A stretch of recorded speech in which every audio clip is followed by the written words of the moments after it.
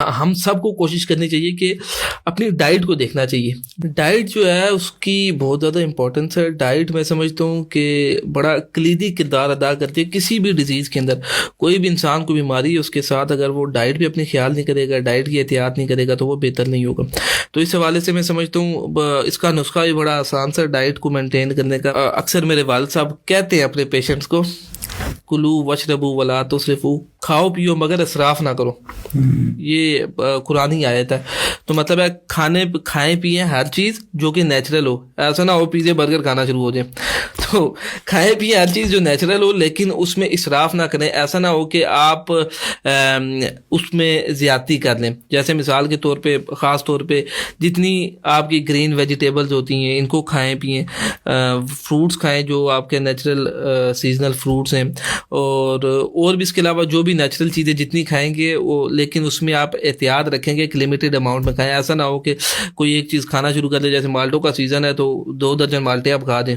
आम का सीज़न है तो आप 5-5 आम एक टाइम पे खा रहे हो, तो ज़्यादा जब करेंगे तो उससे नुकसान होगा। लेकिन एक लिमिटेड अमाउंट में कोई भी चीज़ खाएंगे तो वो नुकसान नहीं देगी। और मैं समझता हूँ कि जितनी भी बीमारियाँ हैं उनके अंदर इंसान को साथ साथ अपनी diet as per disease maintain करेगा तो इंशाल्लाह वो ठीक रहेगा। ये नहीं होगा कि अगर वो सोचे कि मैं मेडिसिन ले रहा हूँ डॉक्टर साहब की, लेकिन ठीक नहीं हो रहा, क्या चक्कर है। ऐसा मेरे साथ अभी रिसेंटली एक वाक़या भी पेश आया।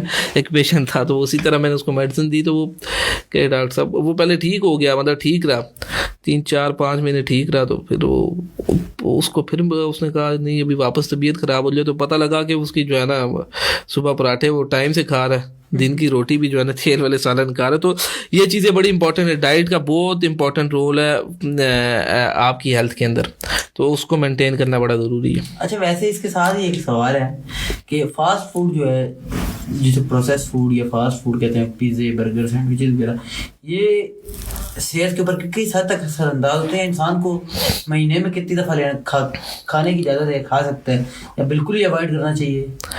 देखिए, कोई भी चीज़ मैं आपको बताऊं ना, सिंपल सा रूल है, जो जितनी चीज़ें नेचुरल है ना वो सारी आपकी सेहत को नुकसान नहीं पहुंचाएंगी। वो भी एक वही बात है कि उसमें इसराफ नहीं करना, एक लिमिटेड अमाउंट में वो भी खानी है।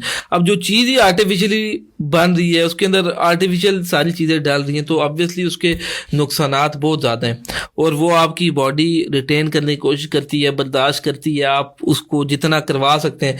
लेकिन एक टाइम आता है उसकी लिमिट्स पूरी हो जाती हैं, तो फिर वो मुख्तलिफ डिजीज़ की सूरत में आपके सामने आती हैं।